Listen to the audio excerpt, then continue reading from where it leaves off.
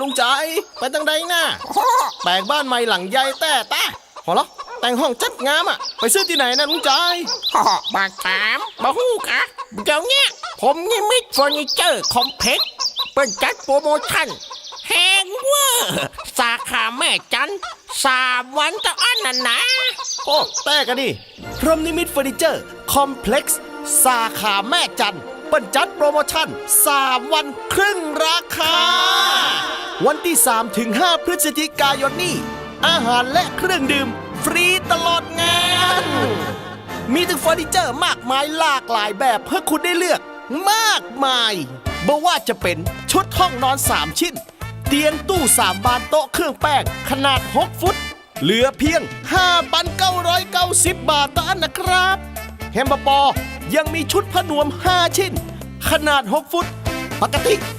1,990 บาทเฮามาขายเพียง990 บาทต่ออันเด้อ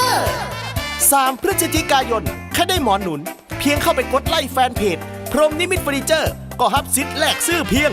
19 บาทจันวางทีวีปัน390มาขาย690ก็มีโซฟากีตาร์ยางหรู 7,990 มาขาย3,990 บาท4 พฤศจิกายน3 จันโล่ง399เฮามาขายเพียง199 บาทต่ออันเนอที่นอนสปริงหนานุ่ม 3.5 ฟุต 2,990 บาทจะขายปัน590 บาทมีปัญหาอย่างก็บะมี ตู้เสื้อผ้าขนาด4 ฟุตปกติ 3,990 บาทเอาไปเลยปัน990 บาท5 พฤศจิกายนเตียงเล็กขนาด 3.5 ฟุตปัน990 บาทลดไปเฮียปันเหลือ990 บาทโซฟาปรับนอนหนังอย่างดี 3,990 บาทลดเหลือเพียง1,990 บาทต่ออันเด้อ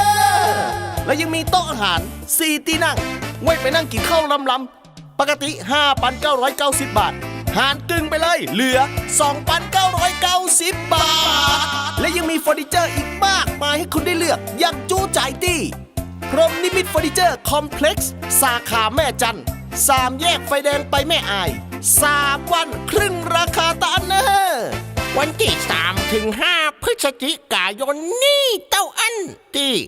ผมนิมิตเฟอร์นิเจอร์คอมเพล็กซ์สาขาแม่จันลุงก็จะไปแล้วเนอะไปบอกไปโอ้ท่ากับก้าโอ้ผมจะ